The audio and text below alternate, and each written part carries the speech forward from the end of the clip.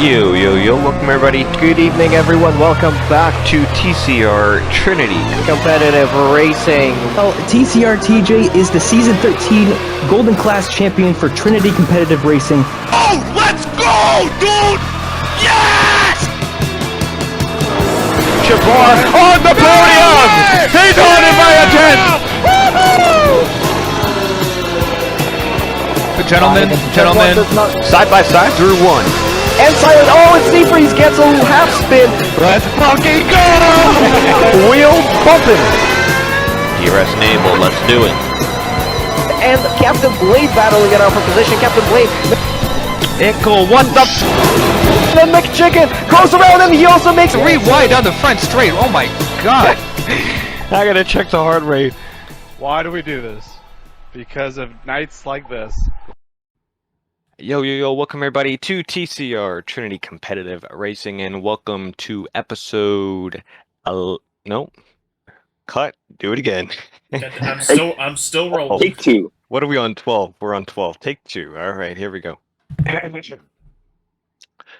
Welcome everybody to TCR Trinity Competitive Racing, and welcome to episode 12 of the Racing Debrief, TCR's podcast, where we combine the world of e-racing, sim racing, and TCR with real-life motorsports and Formula One, a true racing enthusiast's listen.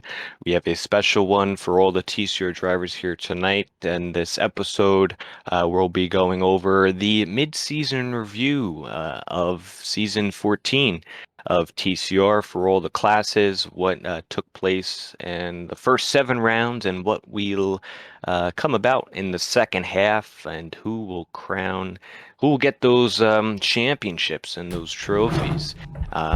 So I am your host, Freeze. I'm alongside producer D'Angelo of the Golden Class, and we have both Alfa Romeo drivers as guests. Co-guests. In the Alfa Romeo of Silver Class of Camden, Luca, and Chibar, and we are joined with the current Platinum Class Drivers Championship leader of BTOM or TasmanianDevil. So welcome, guys, to the podcast. Yeah, it's good to be here. Jabbar, I'm excited to talk about our season, how everything has gone in the Silver Class for us, and I'm glad that we've got both points leaders from the other classes here right now. Yeah, thanks for having us. Really excited to be here. I think there's a lot to break down in this episode and a lot to look forward to in the second half as well. Yeah, for sure. It's a pleasure to be on the podcast. I've been trying to get on for a couple of weeks now, but finally here. Really excited to talk about what's going on in all of the classes and our predictions for what might be coming in store in the future. Yeah, I wonder what we're going to talk about. So, let's get into it. We're recording on October 4th, 2022, and let's start with Silver. All right, so the Silver Class mid-season review. We had 14 rounds in the season. Just went through 7, and it's been a very exciting season so far. Me, or D'Angelo, and myself have been able to commentate all the races thus far, and I know I could say on my end, Silver Class has been a very fun class to commentate on and to keep in touch with. There's seems to always be exciting races and contentions throughout the field. You have a good mixture of returning drivers, veterans, and I guess there's no previous champion on the grid this season, but race-winning talent, and then some other talent that's like newer. So for me, it's been nice in that regard. A lot of good races this season. Baku stands out. Australia was fun.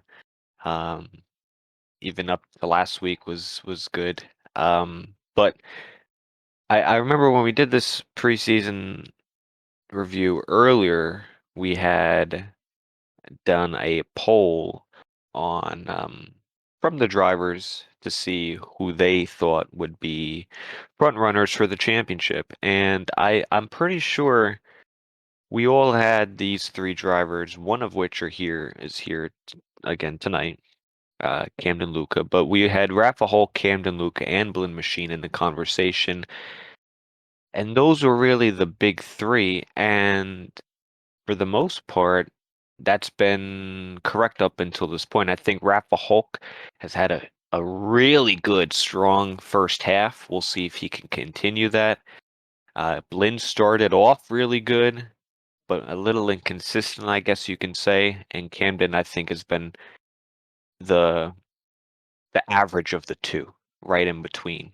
A pretty solid start to the season. So I'm looking forward to see how that is. But what do you guys think as far as the silver class or D'Angela, since you were also commentating, what do you think about it? Yeah, I think it's been a it's been a very entertaining season so far. I mean, we're just through 7 rounds, and I've had probably about 8 heart attacks, so that's always fun. And the way things are going with the tracks that are coming up, I mean, we have Abu Dhabi Sprint Week that'll probably give me another 3 heart attacks. So, but yeah, I think I'm gonna go over my biggest surprise of the season, surprise driver. I think Speedy Gunner definitely is the surprise driver of the season. I mean, during the preseason, he was getting pardon my language, but he was getting shit on with words by everyone, and he's kind of he's kind. I mean, he does have a lot of mistakes here and there, but I think he's top 6, maybe He's 7, seventh right now. top Seventh, I got the 7. standings. 35 points at seventh place. Yeah, he's had a lot of good points finishes. I mean, he won on track. He won on track one race. He podiumed on track another race, but penalties after the fact cost him those points. So he just got to clean up some racecraft stuff. But yeah, he's been my surprise of the season. And then Rafa Hulk podiumed the first 3. No, yeah, podiumed the first 3, DNF'd, and then came back for podiums and a couple wins. So yeah, he's been really killing it as well. And then also Camden's been doing a really good job as well, keeping within that gap in the championship. So I do think it'll come down to Miami for the both championships, especially if Oreo, half African, in the Mercedes, and then if the 2 Red Bulls as well can get up in the constructors. I think it will be a 3-way battle for the constructors, and then maybe a 4 or 5 horse race for the drivers. Well, Yeah. I hope it does come down to Miami. I will say that. Well, no, it should come. If in your case you want it to come much earlier, but in your favor, huh? Yeah, for sure. I mean, just from my perspective, because not only am I a driver, like you guys mentioned, but I am the silver class coordinator this season. So I have enjoyed that role. I think it's really interesting to race while kind of being the leader of the class. It's kind of a different feeling, just because the previous 2 seasons I didn't know what that was like. But yeah, for me, it's been a good season. It's been a consistent season, which is kind of a miracle, because there's been a couple of mishaps along the way. There's been a couple of races where I definitely could have gotten a lot more points. But yeah, me and Chabar, man, I'm just happy that we're leading the constructors. If for whatever reason, and I'm staying optimistic, but if for whatever reason I don't get the drivers, if Chabar and I could win the constructors for Alfa Romeo, that would be great. And we just got to I think we got to keep doing what we've been doing. Yeah, Yeah. go well, ahead. I wanted to add on to that. Yeah. Across the 6 championships in this league, I think that the silver constructors race might be the closest amongst 3 different parties involved. I just lost it. I was looking at it. Yeah, I have it up right now. Yeah, we got Alfa Romeo 132, Mercedes 130, Red Bull 116, and it's anyone's game at this rate. Even the midfield, look at the midfield too. Really strong midfield as well. But there's I don't know if we could pull this up in post, but there's the charts if you look at the results Excel sheets that are in the Discord, and you could see the graph, and you see those 3 lines in the constructors going up all together. I don't like I agree. I think it'll come down to Miami probably. Rafa, like you said, has been super strong. He's doing the bulk of the Mercedes work, but his teammate Oreos has had some bad luck and has shown some promise of pace. So don't count him out for down the stretch in this constructors race. And then uh, Blinn and Jonah, both experienced drivers, they're never out of the race either. So it should be really interesting in the second half. Yeah, I and I don't know if D'Angelo, if you're having anything up on the screen, but after I could always put a whole bunch of stuff up, Yeah. post to put the standings Yeah, and I didn't things. know. I didn't know I was gonna do that, so I didn't. I didn't Yeah, do no, you anything. don't. I was thinking about that. I'm like, yeah, I wonder these guys are not gonna know what. No, start once you start throwing numbers at people, they start to freak out. You know. They don't have. They don't As- have a. They don't have a long enough attention span to listen. Yeah, it's like 130. Oh, you lost me. Once you get to the hundreds, but yeah, I'll be able to put that all up in later. But yeah, I also agree with the as far as the midfield. I think the midfield and the constructors. It's kind of interesting because it's like a true. If you go back a few years ago when you had the top three teams, although It we feels have like Alfa it's. Romeo, Feels like it's it's like 2017. yeah, it feels like it's like the top three teams, and then you have Formula 1.5, like another championship, because you have three drivers going for the drivers' championship, I would say. I don't think anyone else is really there, but there's still a whole second half. But they would need to be doing something crazy for that to happen. So you have the constructors and the drivers going at it with three teams, three drivers, and then you have the rest of the field from F1 Nerd, who's quietly been consistent to get 42 points, just past Broomhandle to get fourth. I mean, Omega in 14th has an opportunity to get fourth in the drivers' championship. That's how close the midfield is. So that will be fun to see who's going to be going up and down, or just straight up. And I think one driver that could do that is the driver who won right the last in race Italy. is Raiden. He came out of nowhere. Remember, we don't have a track record on him as a driver. He did have that three-corner DNF at Spain, which wasn't his fault, really, I don't think. Just got caught up in an incident. But we don't see really much from him yet. But the fact he was able to chase down Raf, our championship leader, and take a win away, and his first like finish of a race says that okay, he can really contend. Now we did see that with Nando. He also won he won on his true debut, but we haven't really seen that winning success since. But because F1 Nerd in the Aston Martin is P4, Raiden seems like he's got front runner speed.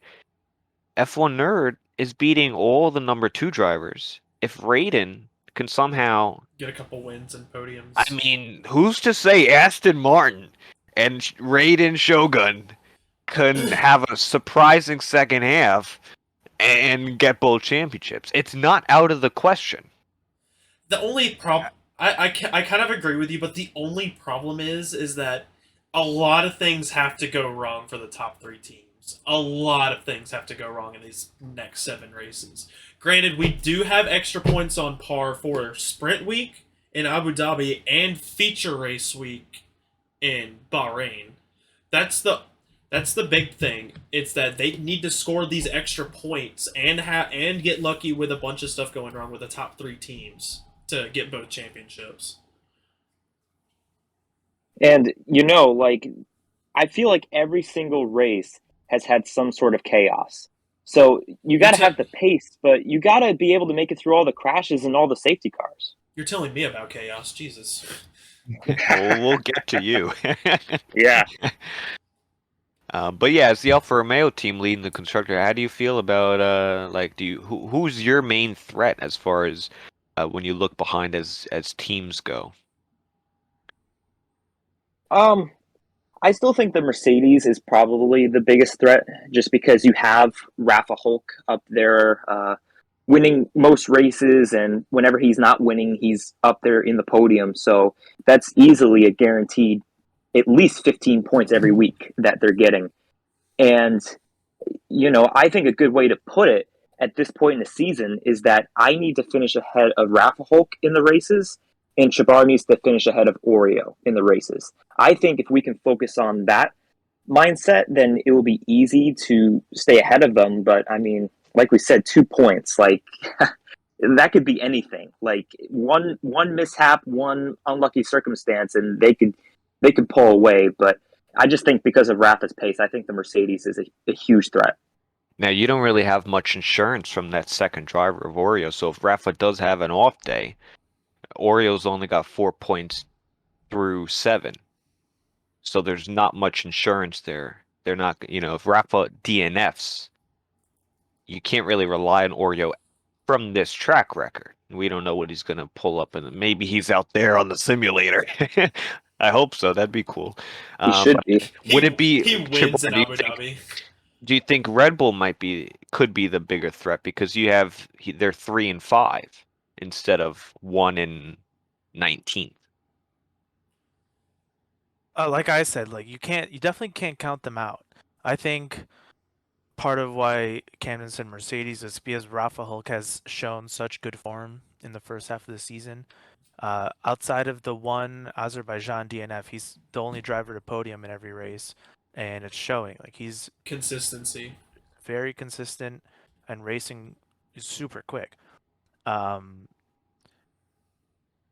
yeah, like Red Bull can't be discounted. And like you said, Aston Martin is could have a legit shot after what we've seen in just past race.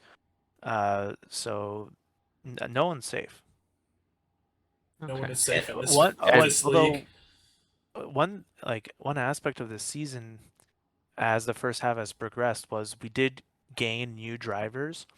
So just because there's drivers not in the top 5 doesn't mean that there isn't top 5 speed lower in the standings that haven't had more races. Like Sir Vapor? Yeah, not Sir Vapor can finish on the podium any given day. Sure. Segrist has at least a pole to his name. Raiden, obviously.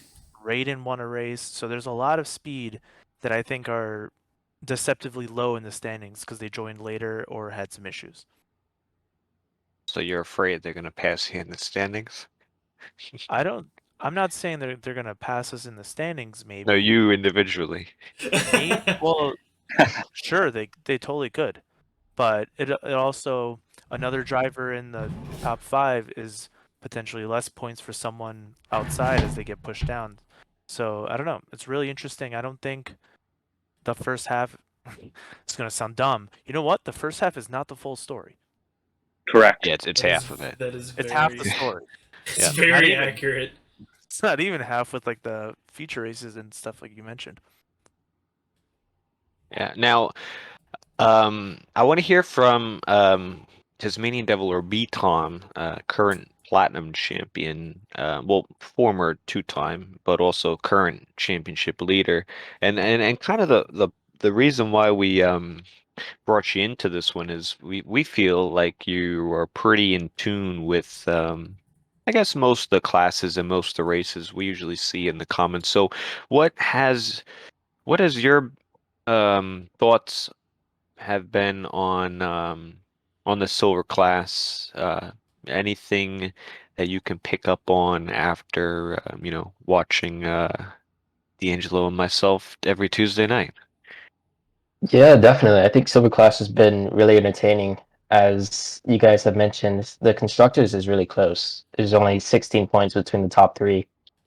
And I think Red Bull should probably be even closer than what they are, considering that based on the race results, they've had 3 DNFs between Blen and Brew. And based on the qualifying positions, they've been consistently within the first 3 rows of the grid. So if they could transfer a bit more of that quality pace into race results, then I think they'd be a really big threat. And then with Alfa Romeo, it's been a similar situation. It looks like Camden's been on pole for the last 3 races. So from Spain to Italy, he's been on pole, but those race results haven't quite really transferred over. Not to call you out, but No, you're correct. You're right. yeah, although admittedly in races like Italy, that was down to some bad luck with a glitch ruining your tire strategy.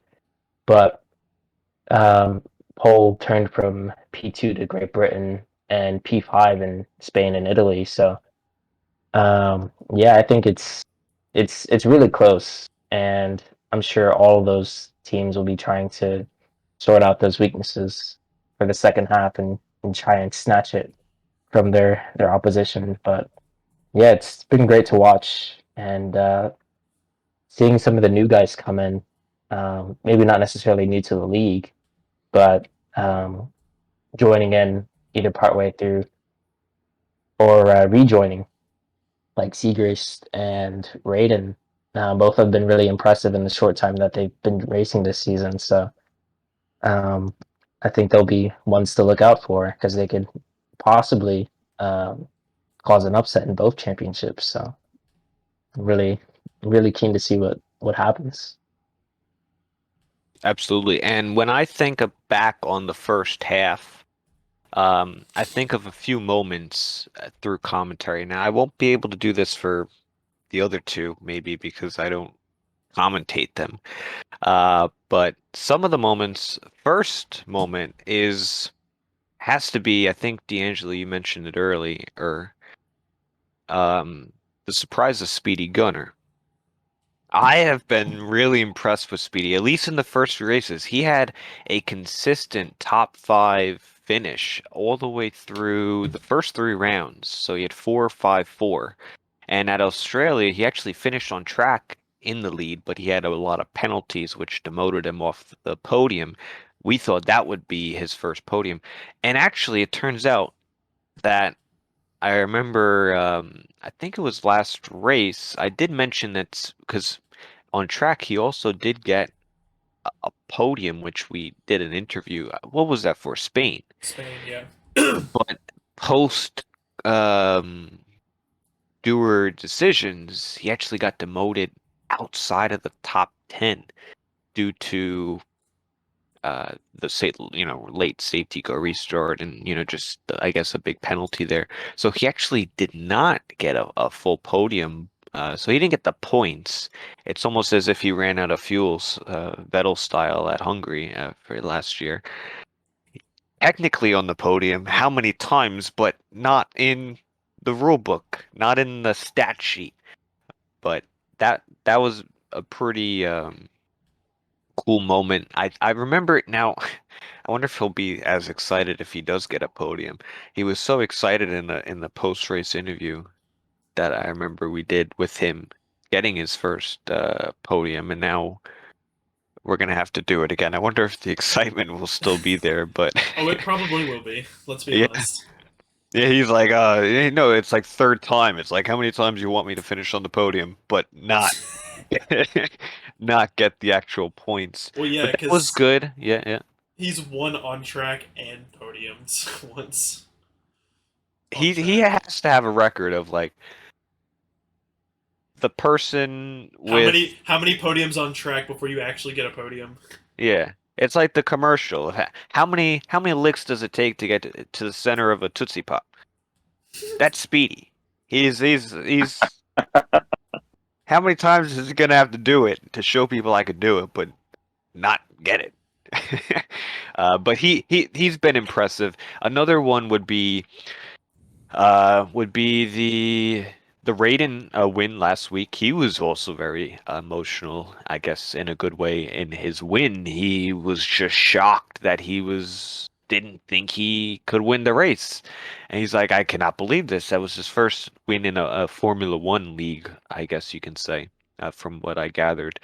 And he just couldn't believe it. So I think that really re-energized him there. But I remember talking to him after the fact, and he was still looking forward to like, all right, I won, but I'm not satisfied. Like I still need to work. He said he needs to work on his qualifying. He needs to work, I would like to win in this certain way. So he wasn't he was happy, shocked, but he's like, man, I could do better, which I really, really like from that. And also Ben Swerven, he got a podium in Spain. I thought he's had a podium before because he rejoined the league with the crossplay happening. And I'm like, surely he's had a podium, but didn't have a podium. So that was actually his first podium, uh, which was cool for him to finally get in there. So those are some good moments there, and just throughout, I think some drivers have had some nice standout performances here and there, I but think all Bags has been throughout. impressive. Mm-hmm. Yeah, Bags and F1 Nerd, Yep. as well as CJ starting to get some more speed as of late in that other Haas car. Just he had his first podium in Spain with second, but Bags was good. F1 Nerd, they're getting those nice finishes there, but those really cool. But the big race would be um, Baku was really, really crazy. For me, that race stood out. I was just couldn't fathom what happened in that one. I had 4 heart attacks in that one. Yeah. But those are some of my moments from the silver class this season. Any other moments stick out? I mean, we have 2 drivers here in the class. To add on to your Speedy observation, you can keep taking away his podiums, but you can't take away his race starts. I don't know how he does it. The guy Yeah, takes right? off like a rocket ship. Dude goes from like 19th to freaking 11th in like Yeah, before yeah. the first corner. He's Before the like, first "No, it's for corner. sure happened," So but props not to in him for Singapore. that. Well, yeah, definitely not Singapore. As individual moments, personally, like just from my perspective, my races, my podium came in Azerbaijan, but I was most proud of my Great Britain race where I finished 5th. It just felt like a much more complete race where I earned every position and every second in that quali and race. Azerbaijan was a little more fluky and weird. So Great Britain felt like a really good moment for me. Camden, do you have any ideas? Yeah, so I'll piggyback off you. I'll do one personal moment, and then I'll do one overall moment. I think for me, it's kind of obvious, but Baku being able to win that race, because not only was that my first win of the season, but it broke a personal winless streak for me. So that was just awesome to get the monkey off my back. But I think if there's been any big race or moment this season that stands out, it has to be the entire Spain race, because we saw so many safety cars, the weather, and then the finish at the end there. It was just complete madness, and I think it was kind of a summary of how the season has been for the silver class. And like I don't know if this is even a great moment. I just remember I don't even remember the details, but in Japan, I remember there was some incident and you and D'Angelo on the stream were going crazy, like yelling about these cars crashing and avoiding each other. So as far as moments go, that's a moment that stands out. Oh yeah. Yeah, there was something Do you big. remember that, D'Angelo? Was There that the was last corner? chaos. It was I think it was the last 5 laps where like cars started Oh, dropping out and a lot of overtakes were happening. It was kind of a mundane race until the last 5 laps and everything started popping off. yeah, I do. I remember it vaguely, but I don't remember what happened. I believe it was Speedy just causing absolute carnage. Oh yeah. Well, No, yeah. Yeah, that was it. I remember. Yeah, he was going through the S's and but then like unrelated, Rafa's car was just like over to the side. I don't even know if we haven't. I don't know if anyone knows what happened. If he like spun or something, he was just going slowly and cars started passing him. oh And yeah, then well, because someone he was spun in a leading the hairpin. race. That he was leading the race by He a few was. little bit. Because remember, he had to get past Speedy, but Speedy didn't pit yet, I That believe. was a thing too, yeah. So Rafa I was think like, "Oh man, this guy again," and he was trying to get past him, and he had the gap. And then late in the race, he spun, and then Nando got the positioning, and that's actually why he got the win. So he was in a good spot there. Yeah, I think when there's a safety car, you can definitely count on Speedy to make things interesting. Seems like Dude does not pit on a Yeah. middle of the race safety car. Literally polar opposites to Jabbar. Jabbar just sends it into the pits at every opportunity, but Speedy's King, What do we call you? the Pit King, Pit The Bar. Pit King. The pit lane king. Yeah, I'm Although trying a to few limit people my took that visits. over. I think the new leader. Yeah, you crowned someone else last week. There was a Oh couple God, who people. was it? Oh my God, Seegers got it for at Australia, I someone did believe. 6 in Spain, I think. Yeah, who was it? Was it No, I don't know if it was Sir Vapor. Oh my God, I don't remember. Go to the stream. I can't. Okay, Go ahead. I'll- Yeah, pick it. It was I'll look definitely as well. Spain. Someone was in the pit lane for like maybe it was a reserve. No, no. I don't I know. There know was a new pit. Omega maybe. 5 or Oh, 6. it was Omega because he got all those drive-through penalties. Oh yeah, that might be it. But that was Italy, I think. I don't know. We're about to find out. I'm going to Spain video. Oh yeah, but it started at you. Then Segrist got it because his first race back, he didn't know all the buttons and everything, which I can relate to. That's a true problem to have That if is you're a coming very true problem. and you don't know where your pit limiter is, how to do it. If you don't know the buttons on your steering wheel, that's a problem. So he had it for one race, and then I think Omega took it over, but really not his fault. I think he got a bunch of drive-through penalties and maybe damage or something, but I think he was the new pit king. So we'll see who could be the next pit king. You'll have to take it over from Omega. I think you need at least 4 pit stops per race for that, in order for that to happen. So I'm trying to we'll remember what see. lap I we think I were had talking 6 about in it. Brazil to get the original crown. Oh man, I had That's 7 in world Singapore record. last season. Sheesh. At Spain, it was Seagrease who made the most stops with 5, and he Okay. finished 3 laps down. So I'm not sure if it's AI took over at the end or what. But yeah, that's pretty crazy. But I think Chibar and Brazil, he probably topped it with 6. I think it was 6. It was 6. Yeah, just crazy. It was like I had the worst sequence too. I got wing I damage can't find it quick in the. enough. I think I got wing damage in the rain. Went into pit. It didn't fix my wing. I came back around, Because you fixed the got held wing. up too. Yeah, but then I went into the pits to get a wing replacement. I came back and it didn't fix my wing, so I had to come back around right back in. And on the pit exit, I damaged a new wing and I had to come right back in. So that's 3 pit stops in 3 laps. Oh, I remember that now. That's I do not a remember winning that. recipe. Oh no, definitely not. All right, But so if anyone else in silver wants to try it, be my guest. No yeah, thanks. well, Not you, Camden. No. I will get back to you. okay. So, well, now that we look forward to the next 7 races, we have a couple street circuits. We do have the sprint race at the newly advised layout at Abu Dhabi.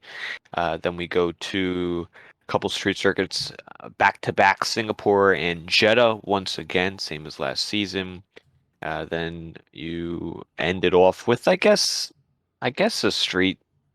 I call it a new category. I call them a parking lot circuit, which would be at Miami, which we've never been to in TCR at least. So when you look at street circuits, at least in the beginning half, the only really one true one was Baku. The other, I call Australia would I be. call it. I have another category. I'm very particular. I call them park circuits. Australia and Canada. I call them park circuits. Rappa Hulk got that win. So, I don't know if that has anything to do with it. A little bit harder track sequence, but what are we thinking moving forward, or as far as the championships More chaos. or performers? I mean, is anyone especially in else? in Jeddah. I Jeddah? think with Abu Dhabi, you're going to see a lot of things in turns 3 and the long left-hander. I forgot the corner name. And someone might do a Latifi. Yeah, that can happen as well. And then I think we saw last season just how crazy Jeddah can be in all classes. So yeah, next rounds I think is going to be carnage. But it'll be fun for those watching, but for the drivers, might be I don't know, might be a little sweaty and very stressful. But I've got a question for you guys. As a silver driver, I think Camden and I should abstain, but do you guys have second half predictions? Maybe pick a top 3 constructor or driver? Hmm. yeah, Alfa Romeo to DNF for the rest of the races. Thanks. All right. Thanks. What a vote of no. confidence. Jokes That's the chip aside, on my shoulder I need. I What, to think prove someone wrong? Yeah, I'll not DNF every race. That's my goal now. if Camden has a bit more luck in the races, and he starts transferring some of that quality pace to race results, then I think he'll definitely be the one to beat. But it's hard to say because we've had some new drivers come in that are also really quick, and then Also, with Jabbar, I think you've tried the alternate strategy in the past couple of races, which hasn't quite worked out, just doing the safety cars and stuff like that. Um, so I think if you improved in quali, then you guys could be a pretty strong um, force to be reckoned with. Because Mercedes with Omega, no offense to him, but he's not Oreo. really Oreo. been Aria. Yeah, um, he's been pretty far off the pace of his teammate, and hasn't really scored many points. I'm looking at the standings right now, and yeah, he's got what's that? Oreo. Yeah, he's only got 4 points. So um, if Mercedes want to compete for the constructors, he'll probably have to pick up his way a bit more. But yeah, with Red Bull, it's also tricky because I think both of them could be a lot closer if they don't DNF as much. But yeah, I think Alfa Romeo are probably the favorites. So yeah, complete 180 on what I said like 30 seconds ago. But um, It's yeah, that tough. it's I don't know. It's going to be very hard to predict, especially with a lot of new tracks. Well, wait, actually, let me see. So it's well, not new tracks, but a lot of street circuits where it just gets chaotic. And even if you're having a good race, someone could make a mistake and take you out with them. So we'll see. I think luck will definitely play a part, but Alfa Romeo, in my opinion, are probably the favorites. I like Yeah, that. and I think as far as constructors go, I really do think it's either between Alfa Romeo or Red Bull. I think Mercedes, just based off that first and 19th split they got going, is just not enough to win a team championship. When you look at constructors, I think it's different. It's difficult to say because we're going into a second half that has a lot of unpredictability. You're going to a new Abu Dhabi-ish track and especially new Miami track, which is the finale. So you can't really you're going into the finale. You got to get a lot of stuff done before then. You don't want to go into the finale with, oh, I have to do this because you've never really done that before. How many USA or Mexico, Bahrain races have you had in your league racing career? Probably more than Miami. So you have a little bit more to lean back on. But because they're going to like more street circuits, I look at, Singapore and Jeddah as more the two. Qualifying is going to be really important because that will help dictate if you're into incidents or not. And I think that's where Camden has the upper advantage with more pole positions than Rafa Hulk. Camden has 5. Rafa Hulk only has 1 pole position.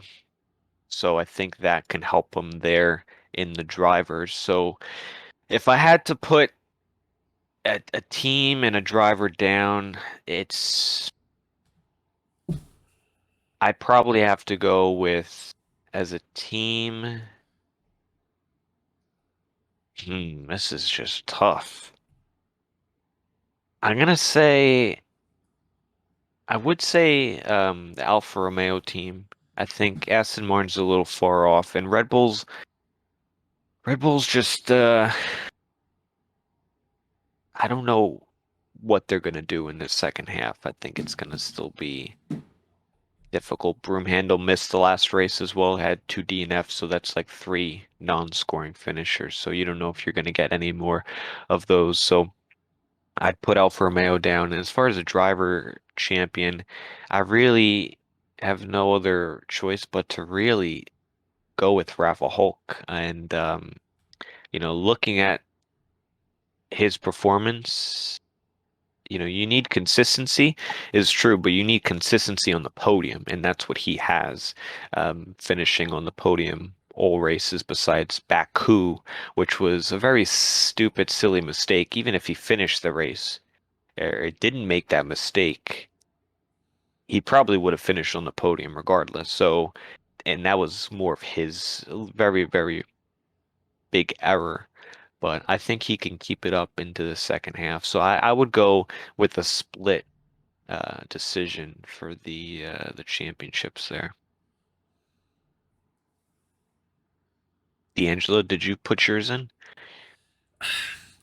I agree with you about Rafa Hulk being the drivers champion. I feel like he's a little bit too consistent. I mean, all races he's finished, he's been on the podium. I mean, that's just ridiculous. So, and as you said, Baku, he would at least finished on the podium if he stayed in the race. So I feel like I think he will be the drivers champion at this point in the season. But we have 7 races to go, and then constructors. I still think Alfa Romeo has the best shot because Oreo hasn't pulled his weight so far, and then the Red Bulls, they have to get their they have to be able to finish races in the points, which they haven't really shown except for round one, and that they haven't. Let me go back to the race finishes real quick.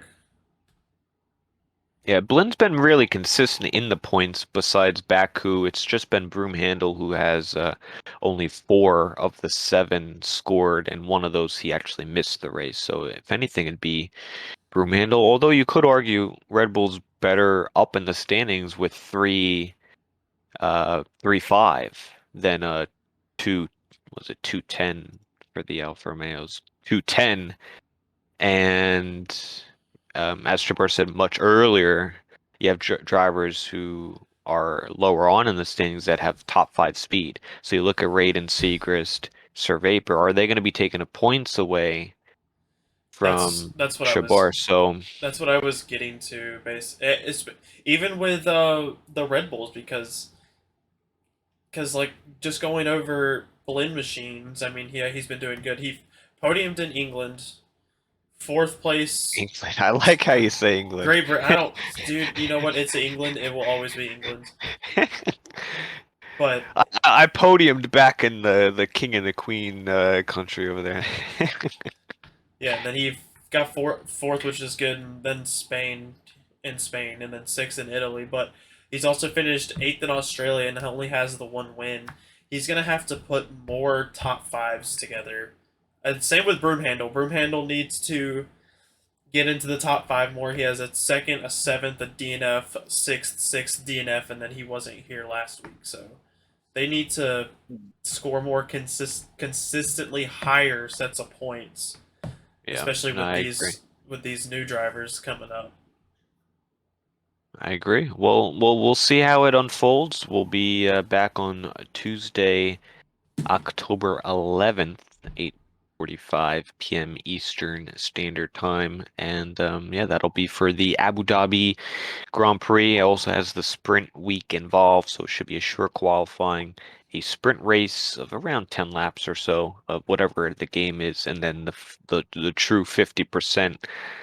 Points are awarded in the sprint race, which I do believe is whatever F1 uses, which should be the top 8, I do believe. So with that, we'll go now to the golden class.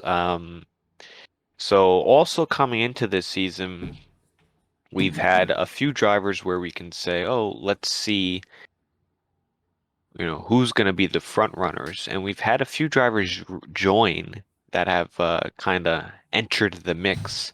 But the two drivers, and well, and the constructors, but also the drivers were the two Mercedes drivers, one of which are here today. We have D'Angelo here in the Mercedes, but the other one is Tebow. And I think a lot of people, We love Tebow stock. We love Tebow Tebow. stock. We love Tebow.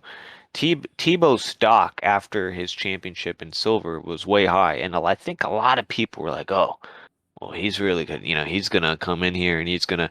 But surprisingly, that actually is one of my big surprises. As although he's having a nice season, he only has the one win, a little inconsistent in the mid at Baku in Britain, but he's still sticking with the leader here, which is D'Angelo, which you started off I haven't really, really good. I haven't had my best races. I'm gonna get to that in a second. And the last two kind of fell off with the two DNFs, so that halted your progression, but you cushioned up such a big gap that actually still has you at a pretty thick margin. Um, but you do see those other contenders. You have Gottany. We a lot of people mentioned him and the Ferraris will be in contention. More people pick Gottany for the driver's standpoint. Dirt Shark, I think a few people maybe looked at him earlier on. He's up in third, tied with Gottany.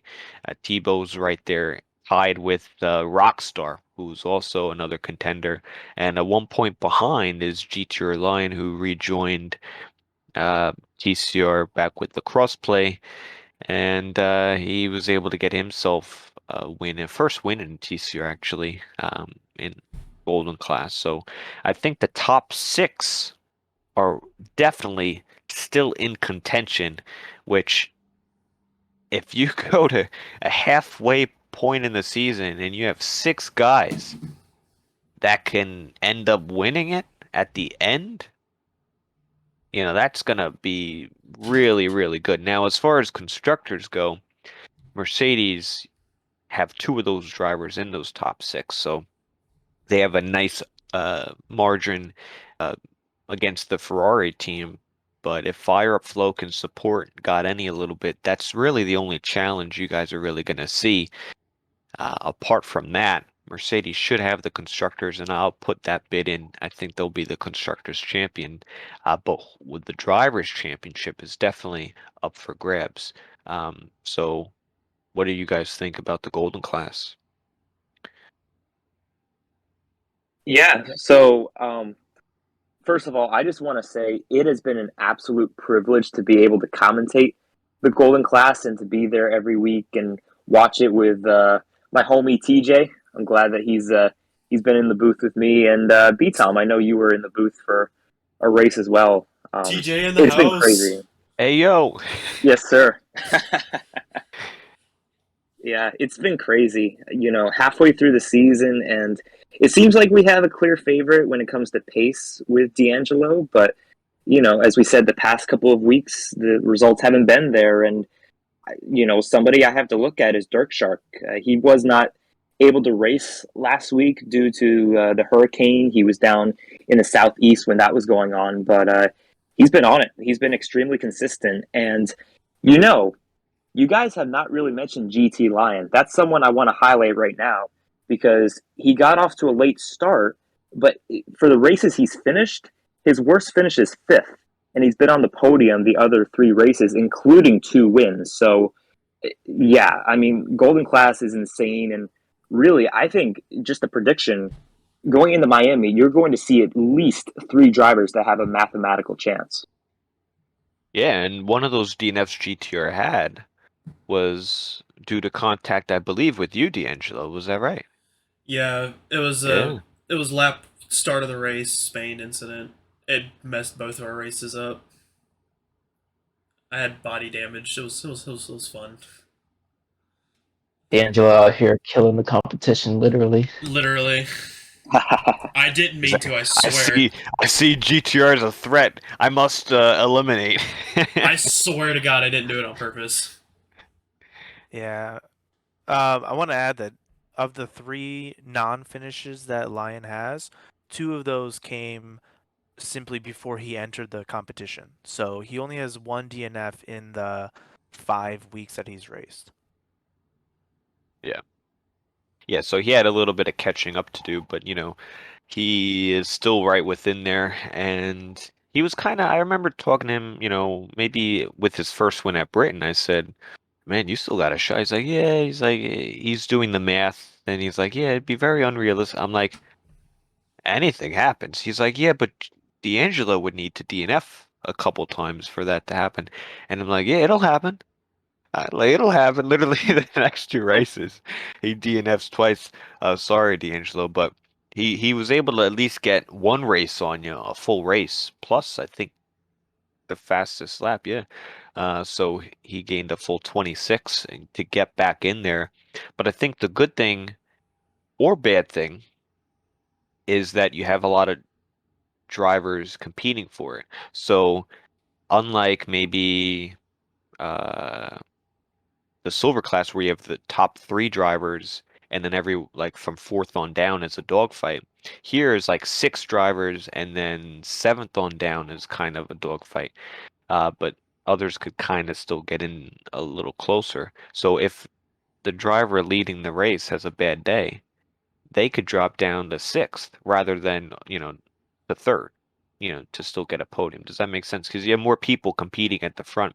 So if anyone has a bad day, they're losing more positions because the competition's greater. D'Angelo has 101 points, and then you look at Rafalski at 126, so a little bit more upwards in that championship than when you look at Golden here. Yeah, a few of the other guys, I'm trying to break down what happened in their season, like why is there such a pack, and Dirt Shark, his worst finish is 6th, and then had the race he couldn't compete in because of the hurricane. Weeb, super consistent. He just has the 1 win. Other than that, he has a bunch of 4th place finishes, a pair of 5th and a 9th. No DNFs. Very understated driver. Tebow, he's had a bit of a rocky season. He's shown top tier pace, I think. But then in Japan, he finished with the DNF after that switchback incident. I don't. D'Angelo, could you shed some light on what happened in Azerbaijan and Great Britain? Why he finished 10th and 13th? I don't recall. Yeah. So in Azerbaijan, the last safety car, we double stacked, and unfortunately, he wasn't far enough to behind where the double stack wouldn't hurt him. So he kind of got caught out by that, and then the main Wayne incident happened. He hit the rear of main Wayne and sent Wayne into Lion. That was like a turn 1 thing, wasn't it?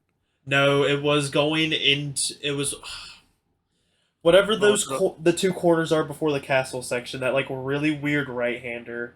Oh, in Azerbaijan. Yeah. So. Yeah. Did he get tangled up with main Wayne and Great Britain also? Was that? I'm not sure. Yeah, Azerbaijan. Azerbaijan, that happened. He kind of got stuck on the wall because Ghosting was on, so they both got stuck on the wall, and then he got back up to 7th or 8th or 7th. 8th. And so just to shine the spotlight on another driver, you're talking about that top 6, and then you said it's 7th and the rest. That 7th driver is SPM. Mm-hmm. Missed 3 races. His first race was a DNF. Something happened in Azerbaijan, but then he's gotten 3rd, 5th, and 3rd. So he's showing a lot of good form as well, and could probably get into that peloton up in the front. The peloton bike? It's just the group in front. That's where I have the one. term comes from. Solid. They're awesome. They're great bikes. You lost me there. You're the Those- fitness guy, Seafreeze. I'm If this is such surprised. a tough concept, or that one that people haven't heard of, the Peloton comes from bike racing, and the Peloton is the name for the group of bikes in the front of the Inversed. pack. Interesting. Well, there you go. The more you know. Am I right? But yeah, I think SPM is a good contender who could also take some more points away from those up in front, as well as the main Wayne looking nice as of late. I think if SPM actually started the season, because he joined late, first race was Baku. If he was here a little bit earlier on, he definitely would be in that Pelican at the front. So yeah, good there. Now my biggest surprise. Now he is a part of the academy. Unfortunately, we haven't been able to do much communication and get some practice in with him, but maybe that'll change in the second half. But a big upset is the performance of Sir Charles and that other Haas car, his teammate, who's also in the academy, Rockstar, up in that Peloton. Peloton? Peloton. Peloton. Peloton, okay. I want to make sure I'm pronouncing it right. The Peloton, and Sir Charles is not. So that's probably my biggest surprise here in the negative direction is not seeing our season 12 silver champion a little bit closer to where Tebow was. Obviously, those two were battling last season for the title, at least in more of the first half and at times throughout. You kind of expect him to be a little bit higher up, maybe a little bit, taking a little bit more time to get used to the new era of cars and probably the ABS off. But I think with time, you'll start to see Sir Charles get those nice finishes to where he can be comfortable. But those are my kind of observations there. Unfortunately, I'm unable to watch a lot of the golden races, so I only get the cliff notes, as you say. Yeah, I actually had the chance to speak with Charles last week. I think we were practicing Monza, and he was I asked him because he brought up how he himself thought he was underperforming, and I asked him, is it like the taking the assist off, or I think he may have used ABS in silver, maybe not towards the end. He said that no, because when he did reserve races last year, he was getting better results, and then he's just having a hard time adjusting to the handling of this game and the new era cars, like you speculated. Um, so hopefully, as time goes by, he can really rein that Feel. car in and start to get some better Hmm. finishes. Yeah, that's Because really interesting because I think there is a thing with that to where not only are we talking about the new era of cars, but I feel like it can be a game to game basis. For example, I think I'm a lot stronger on this game than I was on F1 2021. So I can totally understand that. And yeah, it's just shocking that Charles, he's getting those type of results because for somebody that raced against him in the silver class for the past couple of seasons. And like you said, when he did reserve races in Golden last season, he was there. Like, he's got the ability to race at the front. And apparently he's just got to figure out these cars. yeah, there might have been if I remember correctly, I think he might have not gotten the game right away. I think it was almost a month after the fact, but at this point, you would probably expect a little bit closer results. So we'll monitor his second half, but that definitely caught me off guard. I think another driver would be Fire Flow. I think we this grid compared to last, in my opinion, is a little bit more of an increased competition, especially towards the front. So maybe that uh, kind of what's the correct word? I guess I'm looking for kind of exposed him Fire Flow a little bit. But we'll see if he can support his teammate who honestly, now we look at the second half, I'm gonna go predictions. I've already locked in Mercedes for the constructors. But I like to go for Random shit. I like to just throw shit at the wall and see if it sticks. So I'm into that sort of stuff, all right? Oh, So I'm gonna go with Got Any Weeb for the Golden Class Championship, and I'll tell you why I have this viewpoint of why it could happen. When we come into this season, a lot of people didn't even pick him as even a choice for the championship, which I think is disrespectful for him because he went to the finale last season quietly looking for a shot for the title. Although he was the long shot, he made it to the finale with still in contention, and I think that's due to the fact of his consistency. And you look at many of his results, all of which but one at Japan, he finished ninth. Other than that, he's in the top five. Now, can he start to get more podiums? Can he start to get more wins in the second half? And I think Got Any Weeb will be your season 14 Golden Class champion. Wow. Take. Okay. I think I'm gonna have to disagree with you there.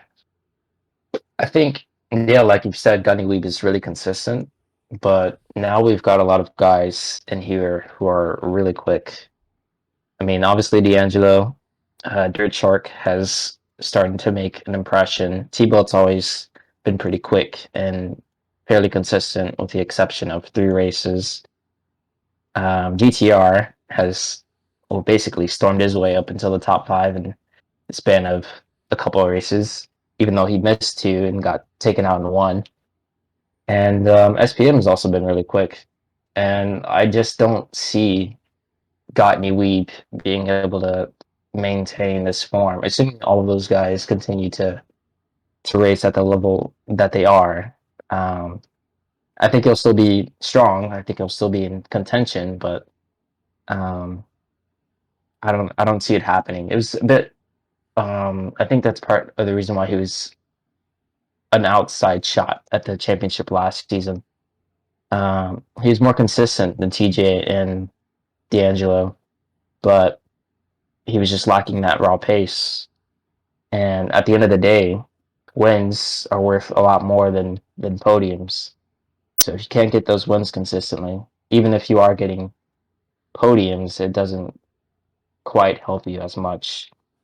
Especially if you got guys who are quicker than you who are able to snatch those big results off of you from time to time. So in my opinion, I think it'll be between D'Angelo and GTR. I think those two are probably the quickest. And with the exception of D'Angelo's last 2 races, I think they're also the most consistent. Um, but I don't know. GTR's got some work to do because he started late and he's about 30 points behind right now. But as we've seen time and time again across all classes, that things can change very quickly. So we'll have to watch that space. But in terms of the constructors, I think it's pretty clear it's going to be Mercedes. Yeah, I kind of line up more with Taz myself. So I think I agree. I think Mercedes should run away with it. In the drivers, this is where the discussion happens. D'Angelo is in the lead and I think will be fighting for the championship until it's said and done. Freeze, you zagged and went with Weeb, who, like you said, has a top 5 every race except for one P9 and has 1 race win. But this is where I kind of agree with Taz. I would like to see Weeb take that next step, which, coming from a silver driver with no wins to speaking about a golden race winner, sounds bad. But like, he has the 1 win. I want to see, can he keep that pace? Can he get up there more often? That win came when GTR and D'Angelo got taken out. Can he get more podiums? I'm looking at Dirt Shark. Dirt Shark has almost the same resume as Weeb. Exact same point total. His 1 non-top 5 finish is P6. He has 3 podiums and a DNP when he had no power. he got So I think hurricaned. he got hurricaned. I think my forecast in this Golden Drivers race, I think it's going to come down to D'Angelo and Dirt Shark to the end. and whoever can stay more consistent, show up to the races and finish them, I think it'll come down to D'Angelo and Dirk Chark. D'Angelo, obviously, Camden, did you say or no? No, I haven't put Oh, in go ahead, mine. go ahead. I was going to kind of take a blender and take all of your predictions and kind of put them together because I am going to Jesus. highlight. He's gonna I say know it's Debo. crazy. Yeah. Taking all of you guys and putting you in a blender. How does that sound? Oh, yummy. Get me a straw. Bit of a hurricane. The TCR Golden Class milkshake. Ooh, I like that. I'll get started on the graphic. I like 2% milk. So really, I've got 4 drivers I'm looking at. Like I said before, I think there are going to be multiple drivers in Miami that have a chance for the championship. So I'm going to put D'Angelo as one of them. I'm going to put Dirk Shark in there. I'm going to put GT Lion.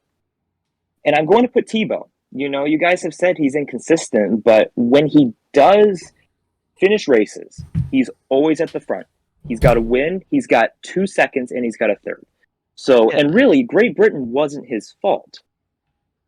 Yeah, but Camden, you can't pick what's the up? whole grid. You got to pick one of them. I know, but here's the thing. Like I said, I've got 4 drivers. Those 4 drivers are going to go into Miami with a chance. Gani Weeb, he's consistent, and I think he's great in the second half of the race. And we saw last season that he was great in the second half of last season. I think he'll be 5th. So out of those Well, you know 4 what? drivers, Another thing to note on God Any, because you guys are not liking, God Any. You're listening this back. Haters are gonna hate God Any. I got your back. Maybe the Ferrari bias there, but if you It look is at the definitely last, Ferrari bias. no, because I'm gonna support my argument here. Now I'm not saying I am saying it's a little bit of a long shot, but someone's got to say it. You go to the finale of last season, and who went in as the favorite? Do you remember? TJ. No. no, it was Warriors. No, but Yeah. TJ or no. It was Oh, Warriors. it was like 2 Warriors points. waiting. It was like 2 points. No, well, Warren's came in. I think he had maybe a little bit more, but I don't know the exact gap. But then TJ came in as the underdog. Godani came in as the long shot. But I believe Godani outperformed Warriors in that regard. Yeah, So Warriors. he Warriors finished like P12. Yeah, so he had a bad off week. Mhm. So Godani still, when going to the finale, you have the favorite all throughout. He beat the favorite. He just wasn't able to beat both of them. So I Yeah, don't know. but There's a case there. Warriors, he had a second half collapse. He was so good in the first half of the season, and it wasn't just that race. It was really the back half of the season. Like TJ was getting better results every week, and TJ he was on his game, And like I said, like it's not like Gottney Weep. He's a great driver. I praise him all the time during the broadcasts, but Spain, that was just his second win. You have to win races, and I'm picking D'Angelo for the championship. He's like I said before, the past couple of races, he's had a couple of DNFs, but winning is huge. Look at Rafa Hulk. I mean, I don't have any DNFs. Rafa Hulk, he has a DNF, but he's still got a 25-point lead because he wins. And that's what you got to do, especially when these races are so chaotic. So I think it's going to be a really tight battle between D'Angelo and GT Lion. It'll probably come down to maybe a few points, but I think D'Angelo, just because he wins races, I think he's in a good spot. He's just, he's got to do what he did in the first few races of the season. Yeah, I want to say, like, no disrespect to Weeb. I think he's a great driver and he's a lot of fun to watch. He can finish in the top 5 to the end of the season, and I wouldn't bet an eye. I would bet that future. I like those odds. I just have to challenge him to win another race or two. Otherwise, I don't think it's going to be enough. Yeah, I think This is like, go ahead, Taz. Go ahead. Add to the hate. Go ahead. no. I'm not I hate, man. It's not. he's how it really is. good. It's just there are guys who are. And now you fast forward how many? Honestly, 2 months. We're almost done with this thing. Yeah, You fast forward 2 months from now. Got any? Camden, you're gonna be saying it, right? You'd be the commentator. Got any? Cross the line, the golden class champion. He's got it. we're coming back to this video, and all four of you are gonna I'm look going like to eat idiots. my words, I hope he literally. does.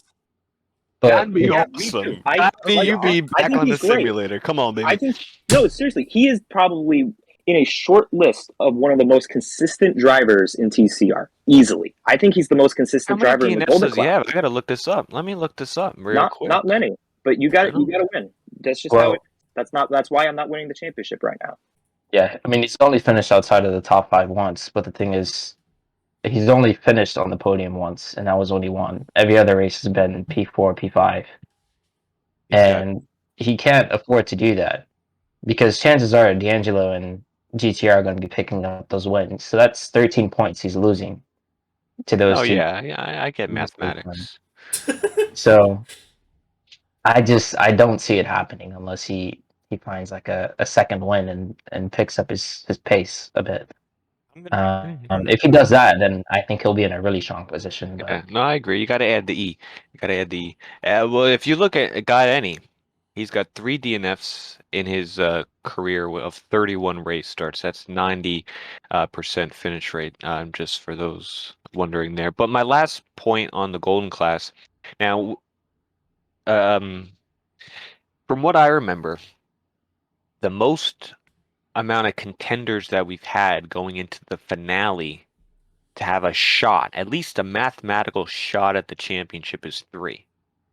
Do you think we'll have more than 3 going into Miami finale? Because technically Yes, there's 6, maybe 7, but they can't all keep this equal throughout. I mean, someone has to fall off, but will we have 4, 5 people come to finale? I mean, I would start slipping 20 bills to everybody. Yo, you take this. You got this guy. You got that guy. Take out. I'll make sure you don't get banned. Here's a 20. I think it's certainly possible. Is it likely? I don't know, but it is definitely possible, and I hope it comes true. Because what a finish that would be. I don't see it being more than 3. I think my 3 are D'Angelo, Dirt Shark, and GTR. But I think T-Bone and Gottney will be close. Like they'll probably be in contention until like the penultimate round. Don't forget Okay. Rockstar. Yeah, Yeah, Rockstar as well. He's similar to Gottney. Lee doesn't quite have the raw pace Actually, yeah. consistent. So I think those 3 will be in contention, and then those guys will be like just outside.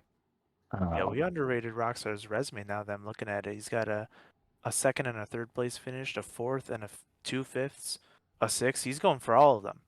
he's Yeah. made a lot of mistakes though. Those results should be a lot better. He's been towards the front, and Right. there's been a lot of self spins.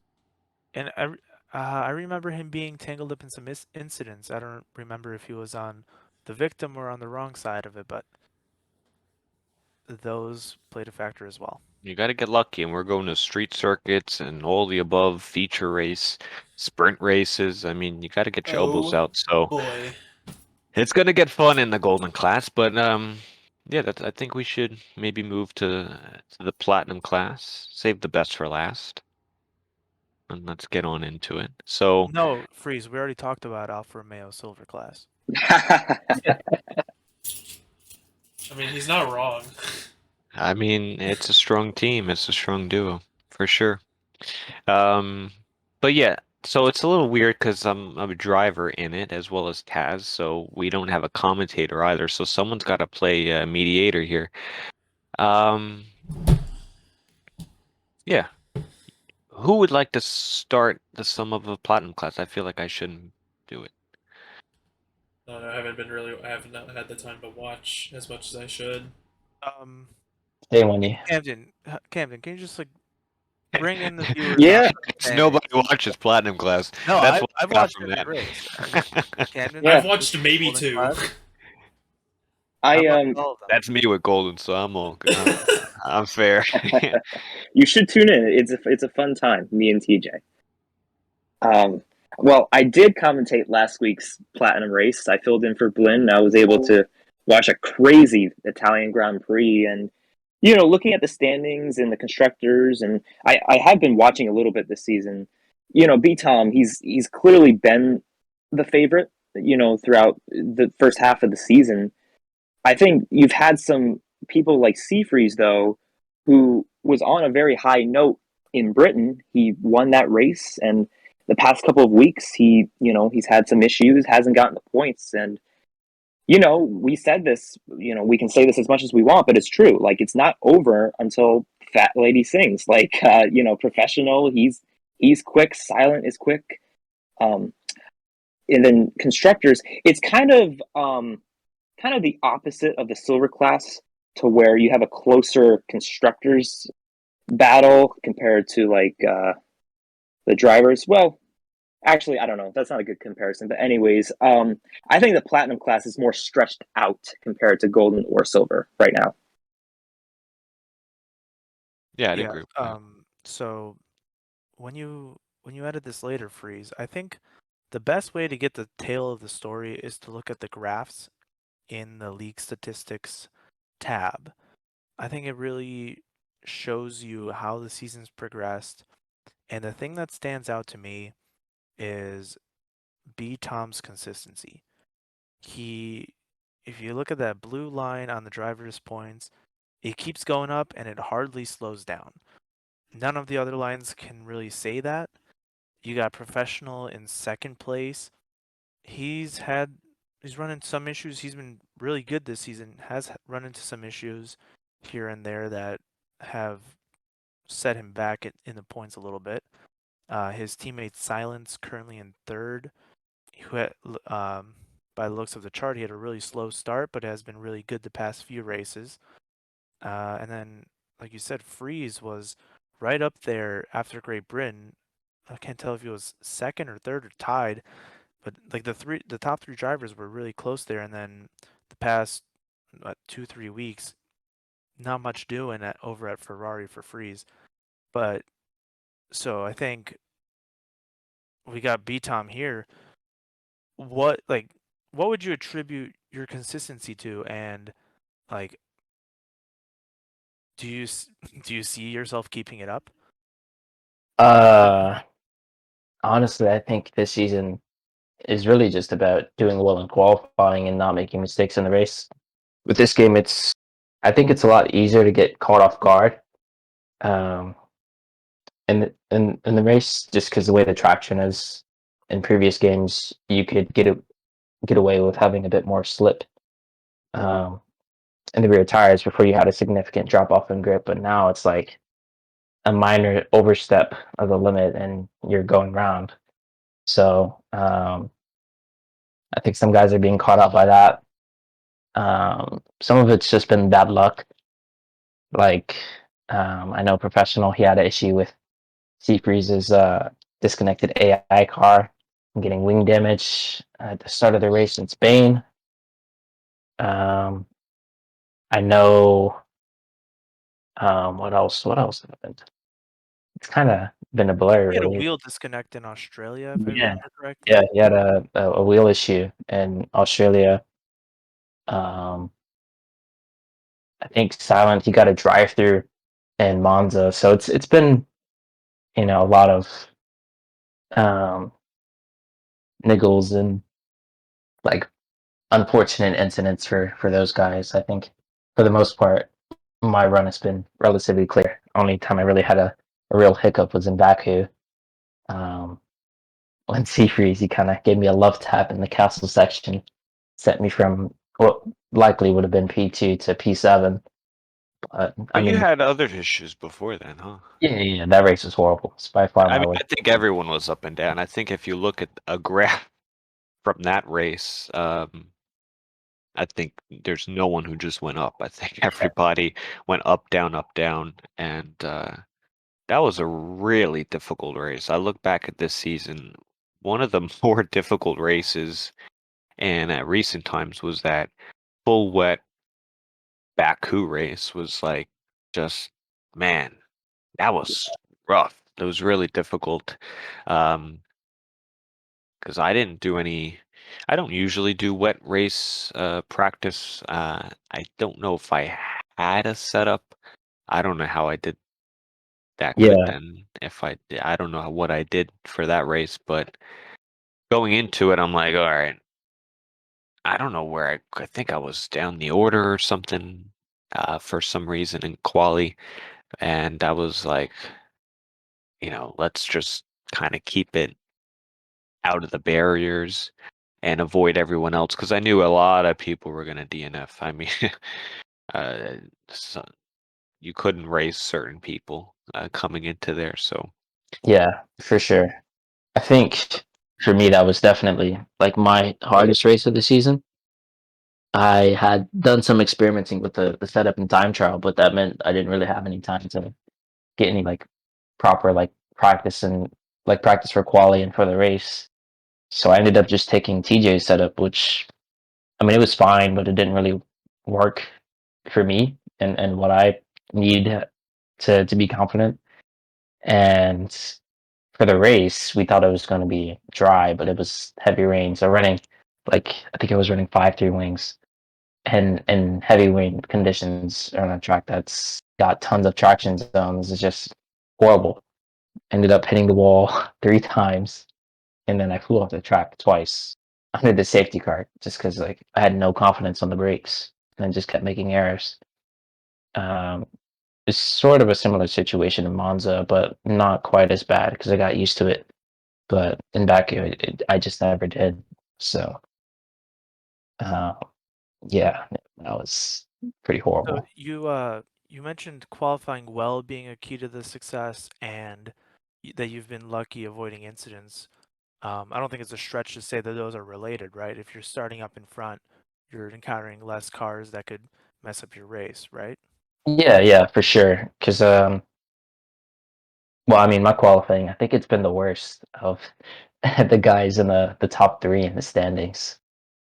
Either that or like we're all relatively equal, but I think my average starting Your position. average Yeah, race, your average, that's race result. Oh, average grid start is 5th for you. yeah, That's tied with with TJ, tied with professional, tied with silent, uh, yes, tied with freeze. Is this right? Like, how is everyone starting average 5th? Or is that just the parity in qualifying between you guys? I I guess think so. that sounds about right. Let me see. Yeah, I mean, other Positions. drivers have other numbers. 1, 2, 3, 4. The 5 of you have average 5th. Yeah. That sounds Well, about right because That's pretty nuts, honestly. yeah. Well, my worst qualifying was 17th in Japan, and I think that race kind of showed why it's so important to qualify at the front because I had a really strong race pace. Um, I even mean though I it's had, probably five something. We only see the whole number, but yeah. yeah, but Right. like I had a really good start. I think I got up to 11th, and then there was a massive incident that happened in front of me, which I avoided like the initial part, but then I think it was HVAC. He just came across me and spun me out. So I think I would have been like 6th or 7th at the end of the first lap, but then I got knocked back down to like P14. Um, and then I had to drive around with wing damage until the safety car came out. Um, Managed to get back up to third before the last safety car came out, but had I just rejoined the track when when it was clear and not gotten taken out by McChicken or not spun in the first place, I probably could have gotten on pole. I think both myself and TJ could have gotten on the front row, and then from there it would have been pretty straightforward. Especially with the race pace I had. I mean, I was gaining um, pretty massively on the guys in front. It was like a tenth off the fastest lap, pretty much every lap. Uh, so yeah, qualifying's been really important, and then just really just hoping that no one really kind of comes in and screws you over. So Right. Taking a look over at the constructors standings, for the first part of the first half, for the first third or so of the season, it was a 3-horse race. Mercedes, Ferrari, and Red Bull all pulling away from the rest of the grid. And in the past 2 or 3 weeks, Ferrari has flatlined a little bit through some issues, and Mercedes and Red Bull have been double helixing up this graph. And the past few weeks, that consistently that consistency that you showed in the drivers is reflecting in the constructors as you guys overtook Mercedes in the past week, it looks like. I don't see that changing. I think it's going to be a really interesting battle. All four of you in those two teams have been really good this season, and I think it could go any way. I think you and TJ, I think you with your race wins especially could help make that difference and take it home. But I think that's a great race to watch down the rest of the season. Yeah, I think the constructors is probably going to be really hard fought pretty much the entire season. Um, we're all really closely matched. Seafreeze as well. I don't know. I think he said something last week about him not practicing as much, just because of some incidents that have kind of reduced his chances of winning the championship, which is, it's kind of understandable. Why put in a bunch of time if something's going to happen and screw you over. But um, Yeah, and to go off of that, I feel like it's kind of unfortunate that I think you see that more in Platinum as far as, and I'll get to that in a minute, as far as last week and the last 2 weeks or so. But the drivers to be at the front of Platinum requires a mixture of, I guess, three things, because you don't need all three to tango, but you need at least two to tango, I would say. Unless you do it in a mirror, then you only need one. So, with that, I think you either need time on the game, you need dedicated practice for the race, or the third one would be experience. So I think if you look, I think most of us have the experience, probably minus TJ. It's his first rookie season in Platinum. As far as time on the game, I think the top three TAS professional side, I think you guys have a lot of time on the game, and then dedicated practice might differ. I think we all have dedicated, so it kind of equals out. But in other classes, some might not be able. A driver might not need to put in X amount of hours or something to be at the front. They show up and they're still there just because of the gap. But when you are at the top of Platinum, it does require you to be prepared. And whether that's, not saying you need to do 100 laps at a track to be good, but getting us set up and doing 10 laps, honestly, for if you have the experience, it might even be enough. So it's just about being comfortable there. But it's tough to be at the front. I think that's why you see those gaps as far as the championships usually don't have many in contention of the drivers, or constructors usually only see two. I mean, we're only halfway through, so some will start to decline, as someone will decline, unless it's one of those seasons where it is very close in a championship. But I think the last few seasons, who won it? You won it last year, Taz, and that was, I don't know when you clinched, but it didn't go to finale. I don't think season yeah, 12 was Assassin. That was way done early. And then Taz, you got it in 11, and that was done, I don't think, at finale either. And Kersey didn't win it at finale. The last finale at Platinum was season 9. I think it was between Breezy and myself, which Breezy was able to get it. So um, it's been a couple years actually. yeah, Where it seems like in silver you always have a driver that goes, a couple that go to the finale, or golden, one or the other. Last season we didn't see it with Tebow, but you saw it in golden, and you might see it, either way. Um, but I feel like that that's kind of a mindset a lot of the platinum drivers is. You need to be prepared to be in contention for either good races or even the championship too. And it requires so much time and effort. Like, you don't just show up and win. Like, that's not possible. Like, I want to give a little praise to TJ because I've never, and this is kind of, TJ's kind of like a great example, present day example of a driver that's come in a lower division, silver he used to be. Then he got moved to golden, won the championship last year, and it was really last season where he had this upward spike, and that came down to dedicated practice time, and now he's gaining the experience and time on the game, and he's ticking all those three boxes that I think are valuable, and he's improved so much that now he's in like the top 5 of platinum, which is like he came into platinum beating all these other guys who's been here for seasons, and it really does come down to ticking those boxes. Are you having time on the game? Are you prepared? Are you, all those things. You can't say that about every platinum driver because I think they lose motivation. I think that's the biggest thing in a top division is those drivers lose motivation. And you look at Bats Plus, he was runner up last season and now he's down in 10th. Yeah. Just Jose should be up there. Meb should be up there. They're not. They're outside the top 10. They're irrelevant in this season. Irrelevant. So that surprised me. I thought I'd be battling Bats. I haven't seen him all year. Never saw him once. Besides in the gravel at Italy, I had to pass him, and in the barrier at Baku, I had to pass him.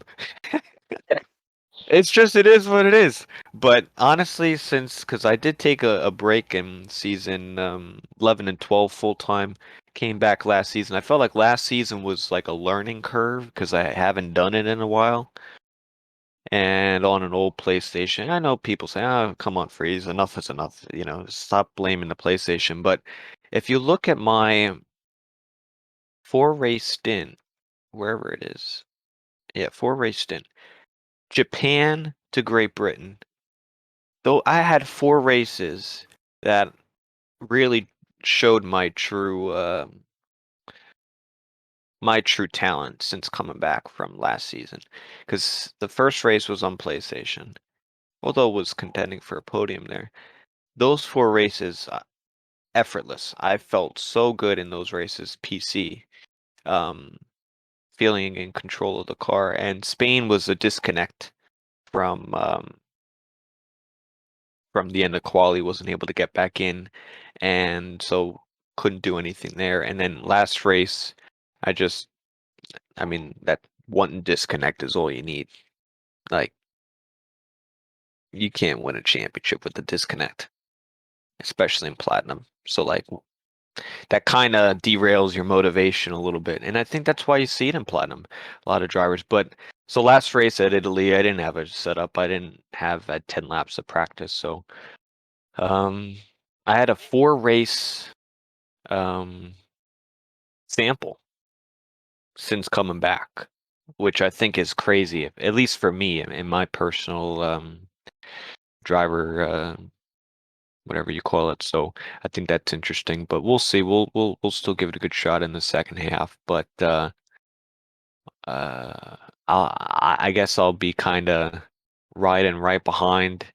And then hopefully everyone crashes the Mercedes and the Red Bulls, and I just go through. So I hope that's the thing. Yeah. Honestly, I think I'm gonna have to disagree with you somewhat. Um, With what? you What did said, I say? you said that you needed I said a one. lot, so go ahead. Yeah. So you said you needed a lot of time specifically for the race, and then you needed time in the game and experience. I think a lot of it really just depends on your mindset. I mean, there's a lot of quick guys in the league, all of which are capable of winning races and qualifying at the front. So when it comes to time, I don't think that's Well, I a think massive. mindset and racecraft and all those other things kind of go into that experience category, in my opinion. Yeah, I agree with the Umbrella. experience part, and definitely like practicing for the race. But in terms of like time on the game, it doesn't mean anything if you're not using that time Really. properly. I hardly disagree because I'll tell you what, every platinum champion who's won the championship in the last X amount of years probably every Platinum champion, if you look at the roster, historically had the most time played on the game. Whether that's 5-lappers, career mode, time trial, events, wrecking people for fun, they're on the game. And they clear as day over everybody else. So I think this season you're seeing very close between yourself, a professional, silent, and even TJ is not too far off because you guys are playing the game. I haven't last 3 weeks. I've touched the game twice, Spain and whatever the race we just had, Italy, and that's it. So you look at last season. I think you had a little bit more over bats. Season 12, Assassin had Well, a massive a amount of, universe on that yeah, one. Season 11, I think, was you. Kersey had it in 10. Breezy had more time over me in 9. I had the most in 8. yeah. Breezy had the most. You look at the champion, and they're on the game. They're not on.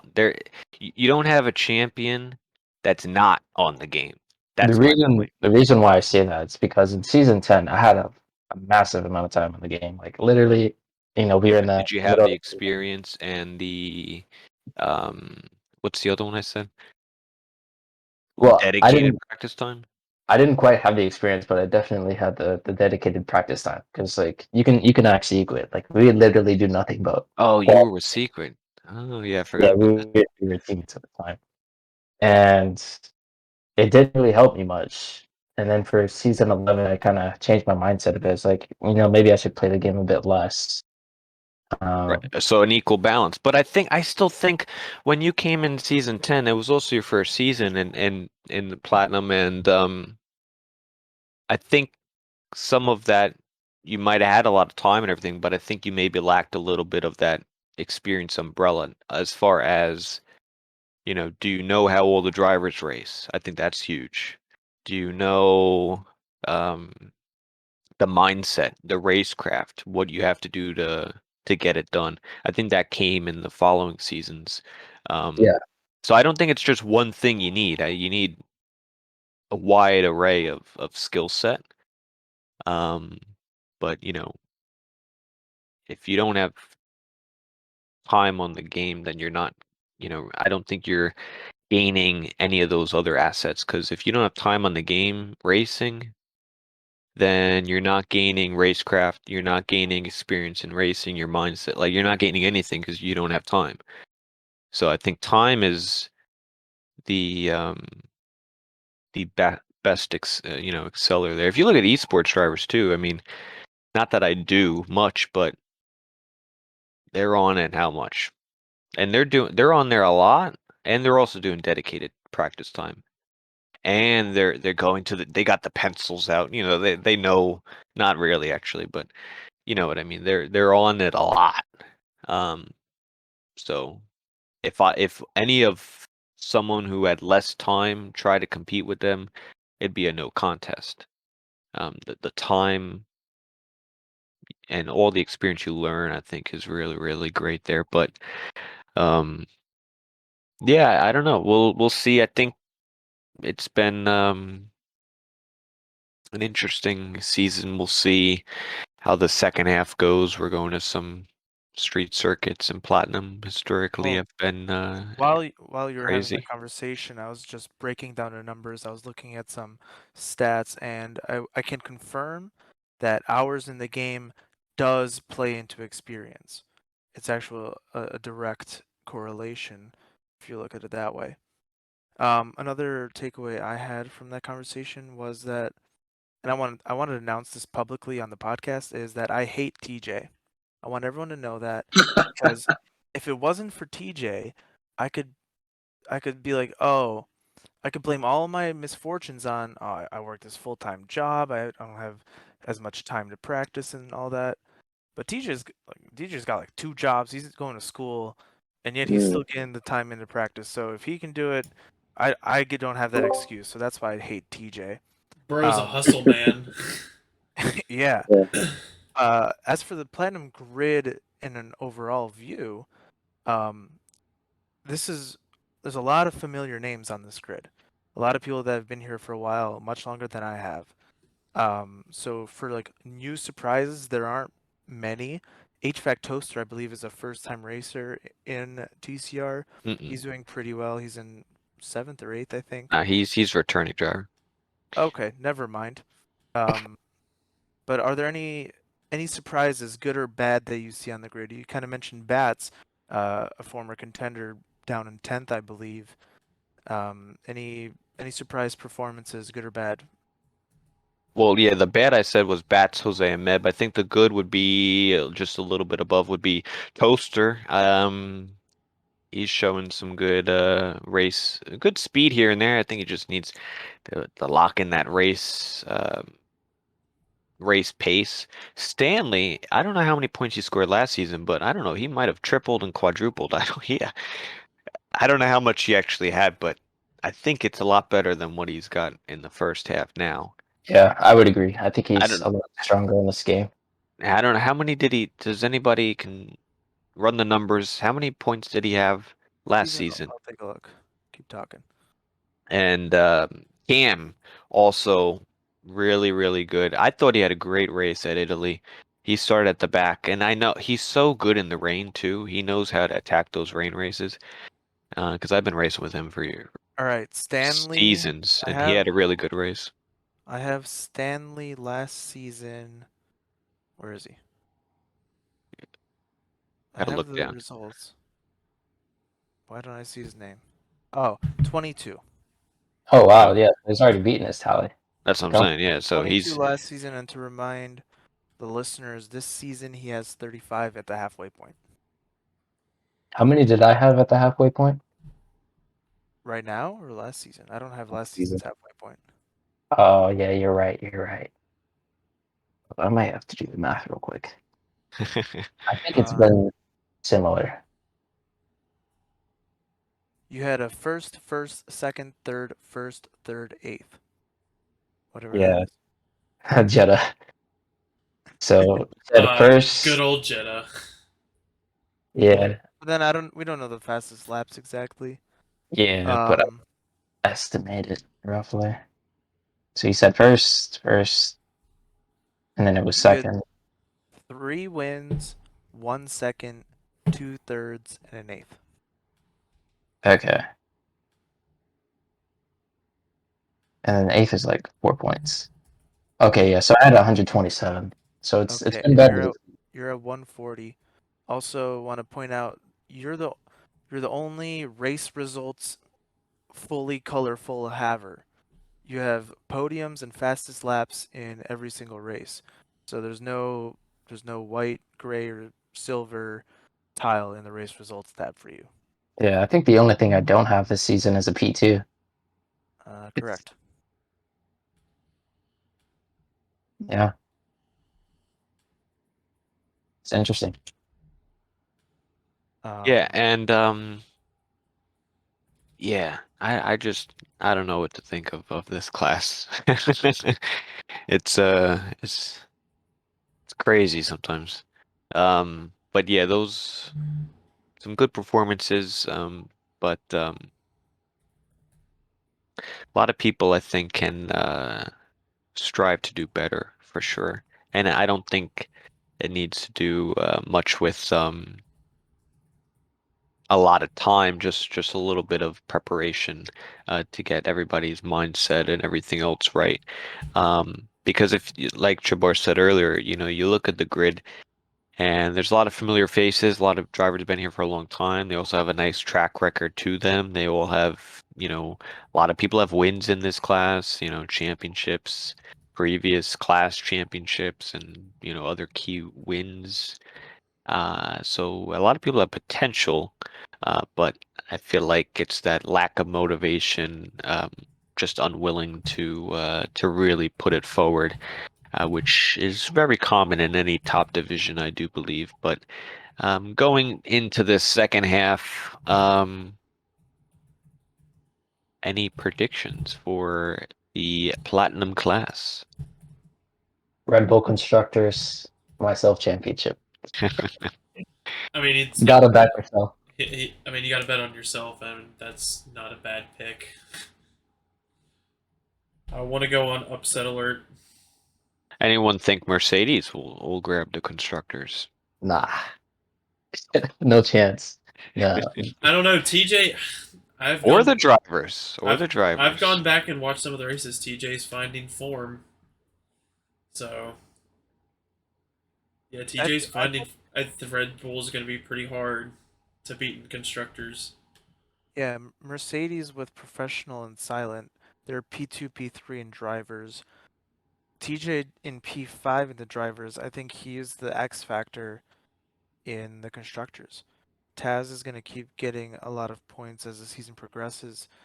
Professional silent, no signs of slowing down. It's a matter of how quickly TJ can get accustomed to platinum class, which he's shown already he can. So can he keep that up? I think that's going to be the difference in the constructors.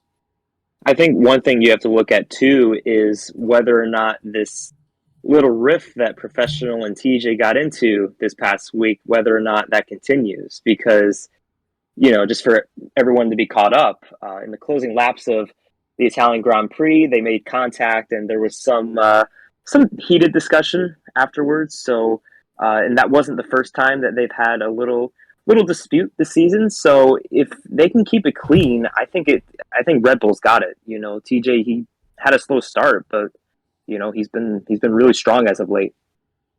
I TJ don't did think miss a that'll be race. I don't know if anyone's mentioned that.